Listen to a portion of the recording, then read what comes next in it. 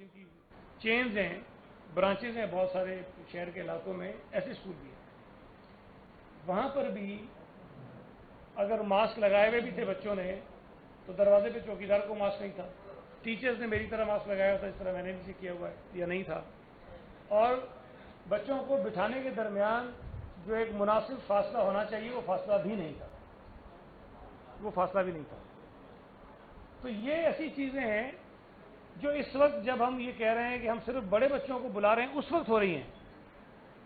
کل انہی اسکولوں میں جب بچوں کی تعداد بڑھے گی، جب 8ویں جماعت 7ویں جماعت 6ٹھی جماعت کے بچے جائیں گے اور پھر 28 تاریخ سے انہی اسکولوں میں 100% اسٹرینتھ کے ساتھ پورے طالب علم موجود ہوں گے، جس میں پری پرائمری بھی ہوگی، پرائمری بھی ہوگی، یہ سارے بچے موجود ہوں گے، تو میں اندازہ لگا سکتا ہوں کہ صورتحال جو ہے وہ کس قدر بھیانک ہو سکتی ہے. دوسری چیز کہ جب ہم نے یہ فیصلہ کیا گیا کہ اسکولز اور تعلیمی ادارے کھولنے ہیں، یونیورسٹیز اور کالجز، تو سندھ حکومت نے کرونا کے جو ٹیسٹ ہیں وہ کروانے کا سلسلہ شروع کیا، اور ہم نے تمام تعلیمی اداروں کو، چاہے وہ سرکاری ہوں چاہے غیر سرکاری ہوں پرائیویٹ ہوں، سب کو یہ کہا کہ آپ اپنے ٹیسٹ کروائیے، فری آف کاسٹ کروائیے. جو پرائیویٹ اسکولز ہیں ان کو بھی ہم فری میں ٹیسٹ کر رہے ہیں، کوئی کسی سے 1 روپیہ ہم نہیں لے رہے ہیں. ہیلتھ ڈپارٹمنٹ سے ہم نے بات کی، ان کی ٹیمز ہیں، ٹیمز اسکول میں جاتے ہیں، کالجز میں جاتے ہیں، جو بڑے بڑے اسکول ہیں جہاں پر ملازمین کی تعداد زیادہ ہے وہاں جا کر ٹیسٹ کرتے ہیں، پھر ان کی رپورٹس آ رہی ہیں. ابھی تک جب میں آپ سے بات کر رہا ہوں ابھی تو جو ٹوٹل ٹیسٹ رپورٹس لی گئی ہیں، جو ٹیسٹ لیے گئے ہیں وہ 14,544 ہیں. 14,544. آج جو ٹیسٹ ہوئے ہوں گے وہ الگ ہوں گے، وہ اس میں ایڈ ہو جائیں گے. 14,544 میں سے 3,636 رپورٹس ہمارے پاس آ گئی ہیں، اور مزید جو ہیں وہ بھی پینڈنگ ہے. تقریباً کوئی آپ سمجھ لیں کہ 10,500 یا 11,000 کے قریب جو ہیں رپورٹس ابھی آنی ہیں، جو آج شام تک آ جائیں گی. 3,336 میں 89 پازیٹیو ہے، اور یہ جو شرح ہے وہ 2.4 بنتی ہے. 2.4% پازیٹیوٹی ریٹ ہے ابھی تک جو کووڈ کے ٹیسٹ ہم نے کیے ہیں اسکولز میں، کالجز میں، یونیورسٹیز میں. ان کا ملازمین بھی ہیں، کہیں پہ اسٹوڈنٹس بھی ہیں، نان ٹیچنگ اسٹاف بھی ہے. اچھا، ابھی 11,000 رہتے ہیں جن کی ابھی رپورٹیں آج شام تک آ جائیں گی، اور پھر جو آج ٹیسٹ ہوئے ان کی رپورٹ تو اگلے دن آئے گی. اگر میں یہ 2.4% ہی رکھوں شرح جو ہے، اللہ نہ کرے کہ یہ بڑے، خدا کرے کہ اس میں کمی ہو، مزید پازیٹیو ٹیسٹ نہ آئیں، اگر 2.4 ہی ہم اس کو رہنے دیں تب بھی جو متوقع پازیٹیو کیسز ہیں ان کی تعداد 360 ہو سکتی ہے. 15,000 پہ 360 ہو سکتی ہے. اور یہ اس وقت کی صورتحال ہے جب ہم نے ابھی تک 8ویں 6ٹھی 5ویں اور اس سے نیچے کے جو اسٹوڈنٹس ہیں ان کو نہیں بلایا ہے. اور ابھی جب میں آپ سے بات کر رہا ہوں میں یہ بھی دعویٰ نہیں کر سکتا کہ ہم نے 100% اسکولوں میں کام کرنے والے عملے کا ٹیسٹ کر لیا ہے. میں یہ بھی آپ کو نہیں کہہ سکتا کیونکہ 14,500 کچھ بھی نہیں ہے. نمبرز اگر آپ دیکھیں گے لاکھوں جو ٹیچرز ہیں یا ملازمین ہیں وہ تو حکومت سندھ کے ملازم ہیں، پرائیویٹ اسکولز کے شاید اس سے زیادہ ہوں گے.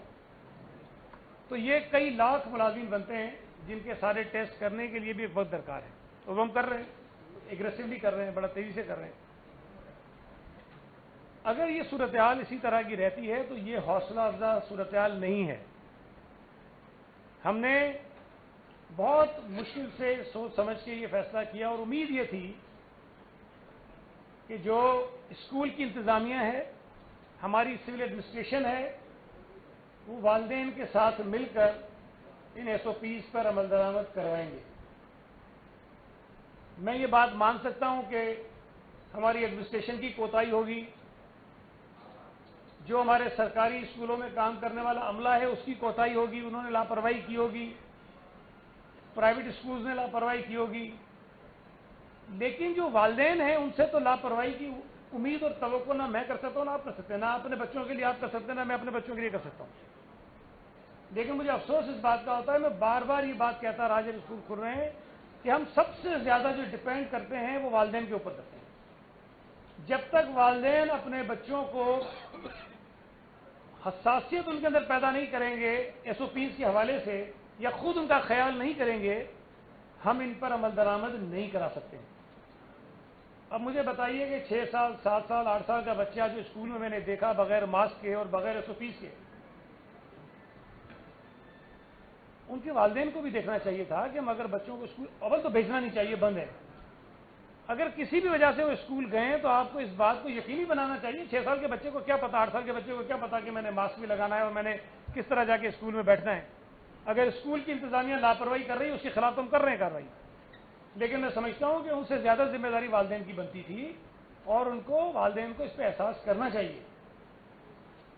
خدا نہ خواستہ یہ اگر کسی بچے کو وائرس ہو جاتا ہے، اللہ نہ کرے، تو یہ مزید پھیلے گا اور اس بچے کے لیے بھی اچھا نہیں ہے۔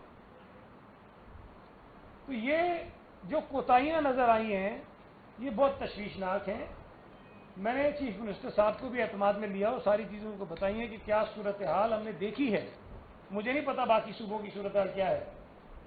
صوبہ سندھ میں یہ آپ کو بتا دوں کہ صرف میں نہیں جا رہا وزٹ پہ، ایجوکیشن ڈپارٹمنٹ کا سارا فیلڈ کا عملہ، سارا ہماری ڈسٹرکٹ ایڈمنسٹریشن ساری، مختار کار، اسسٹنٹ کمشنر، ڈپٹی کمشنر، ہمارے سارے آفیسرز، ہمارے سیکرٹریز، سب مختلف اداروں کے دورے کر رہے ہیں۔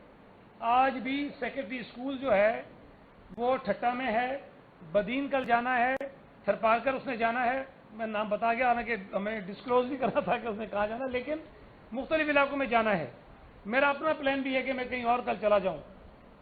تو یہ ساری کوششیں کرنے کے باوجود، ایفرٹس کرنے کے باوجود بھی ہمیں بہت سارے فلاز اور کوتاہیاں، خرابیاں نظر آ رہی ہیں۔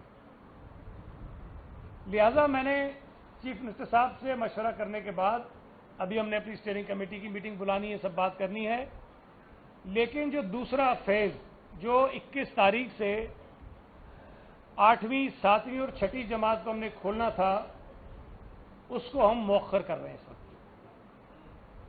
سیکنڈ فیز جو 21 تاریخ سے کھلنا تھا، جو کلاسز ہم شروع کر رہے تھے 8ویں 7ویں اور 6ٹھی، وہ 21 تاریخ سے صوبہ سندھ میں نہیں کھلیں گی۔ ہم 28 تاریخ کی ابھی اس میں ٹائم ہے، جب ہم نے وہ پرائمری اور پری پرائمری کلاسز کی بات کی، ابھی اس کو اس طرح رکھتے ہیں اور اس کو بھی ہم 28 پہ لے جا رہے ہیں۔ ہم ایک ہفتہ اور یہ جو ساری صورتحال ہے اس کو دیکھیں گے کہ حالات میں کتنی بہتری آتی ہے، والدین، اسکول کی انتظامیہ، ہماری ایڈمنسٹریشن، ہم کتنے کامیاب ہوتے ہیں کہ ہم اسکولز میں ایس او پیز کو عمل درآمد کروا سکیں، اور خدا نہ خواستہ اگر ہم نہیں کروا سکے اور اگر یہ نمبر آف کیسز جو میں آپ کو بتا رہا ہوں اللہ نہ کرے اس میں اضافہ ہوتا ہے تو مزید ہم اپنے فیصلوں کو ریویو کر سکتے ہیں، مشاورت کریں گے اپنے اور ساتھیوں سے بھی۔ لیکن میں پھر کہہ رہا ہوں کہ سندھ حکومت کسی بھی صورت میں اپنے صوبے کے بچوں کی صحت پر کمپرومائز نہیں کرے گی۔ ہمیں اس بات کا احساس ہے کہ ان کی تعلیم کو نقصان ہو رہا ہے، ہمیں اس بات کا احساس ہے کہ ہمارے ہاں جو اسکول ہیں، یہ پوری انڈسٹری ہے، ان کو نقصان ہو رہا ہے، نقصان ہوا ہے انہیں بہت زیادہ، اس کا ہمیں احساس ہے۔ لیکن اسکولز کے نقصان کو پورا کرنے کے لیے، بچوں کی تعلیم کے نقصان کو بچانے کے لیے ہم بچوں کو داؤ پر نہیں لگا سکتے ہیں۔ یہ بڑا میں واضح طور پہ کہہ رہا ہوں کہ 28 سپٹمبر تک تو اس کو مؤخر کر رہے ہیں، لیکن اگر اگلے 8-10 دنوں میں یہ صورتحال بہتری کی طرف گئی تو انشاءاللہ تعالیٰ 28 کو کھول دیں گے۔ لیکن اگر یہ صورتحال ایسی رہی تو شاید ہم 28 کو پھر اس سے پہلے کوئی بات کریں۔ میں فیڈرل گورنمنٹ سے بھی رابطہ کروں گا، فیڈرل منسٹر سے بھی بات کروں گا۔ ہماری جو انٹر پروونشل ایجوکیشن منسٹرز کی کمیٹی ہے، میں درخواست کروں گا کہ اس کی بھی میٹنگ بلائی جائے تاکہ پورے ملک میں ایک ہی فیصلہ ہو۔ لیکن یہ بات آج اس لیے کرنا ضروری تھی کہ کل آخری ورکنگ ڈے اسکولز کا، پھر پرسوں اتوار ہے، چھٹی ہے، تو یہ بات ہمیں پہلے کمیونیکیٹ کرنی ہے اپنے تمام اسکولس کو. اس کا آرڈر جاری کرنا ہے ہم نے کہ 21 تاریخ کو جو اسکولس میں کلاسز شروع ہونی تھی وہ نہیں ہوں گی. تو یہ میں جو بات تھی آپ سے شیئر کرنا چاہتا تھا. اور آپ سے بھی گزارش ہے کہ آپ کے بڑے بڑے سارے چینلز ہیں, پورا ملک دیکھتا ہے, والدین دیکھتے ہیں, بچے دیکھتے ہیں.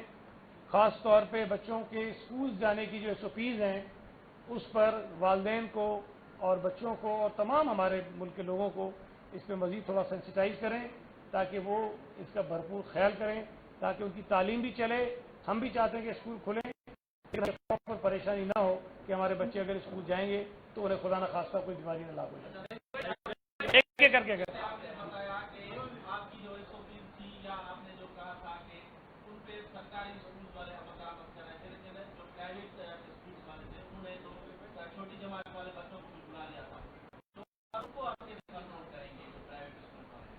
دیکھیں, میں پھر ایک بات واضح کر دوں, نہ سارے سرکاری اسکولز میں 100% SOPs پر عمل درآمد ہوا ہے, 100% نہیں ہوا, لیکن نسبتاً صورتحال ٹھیک تھی. وہاں بھی خرابیاں کوتاہیاں نظر آ رہی تھیں اور اس کو ہم ٹھیک کرتے جا رہے ہیں. جہاں ہمیں پتہ چلتا ہے کوئی چیز ہے تو ہم پھر نئی ہدایت ایشو کرتے ہیں کہ جس کو اس طرح کر لیں, ٹھیک کر لیں آپ چیزوں کو. اور نہ ہی سارے پرائیویٹ اسکولوں میں خرابی ہے. میں آپ کو بتا رہا ہوں کچھ پرائیویٹ اسکولوں میں بہت امپریس ہو کر آیا ہوں, مجھے بہت اطمینان ہوا کہ ہر چیز انہوں نے بالکل جس طرح بتائی گئی اس طرح کی ہے. لیکن کچھ پرائیویٹ اسکولز نے بہت زیادہ جو ہے وائلیشن کی ہے. اس کی بنیاد پر 4 اسکول ہم نے کل سیل کیے ہیں, جس میں سے شاید 3 جو ہیں وہ رجسٹرڈ بھی نہیں ہیں, شاید 3, میں چیک کر لوں گا, لیکن ایک رجسٹرڈ اسکول ہے, اس میں 3 نہیں ہے. تو رجسٹرڈ اسکول کے خلاف ظاہر ہے کہ ہم اپنے قانون کے مطابق کارروائی کر سکتے ہیں. اور یہ میں بتا دوں کہ ہمارا مقصد تو یہ نہیں کہ اسکولوں کو پرماننٹلی بند کر دیں. ہم یہ چاہتے ہیں کہ اگر وہ کوئی کام غلط کر رہے ہیں تو اپنے رویوں کو ٹھیک کریں, جو کمٹمنٹس کیے ہیں, جو انہوں نے ذمہ داری لی ہے, جو حکومت کی ہدایت ہے اس پہ عمل کریں. اور وہ عمل کوئی میری تسکین کی بات نہیں ہے, ہمارے اپنے بچے جو ان اسکولوں میں جاتے ہیں ان کی صحت کی بات ہے. اور ظاہر ہے کہ وہاں جو لوگ ٹیچرز ہیں ان کے بچے بھی آتے ہوں گے. میں نے کئی جگہوں پہ دیکھا کہ ٹیچرز اپنے معصوم بچے بھی اسکول آتی ہیں, تو اس کا اس لیے ہوگا.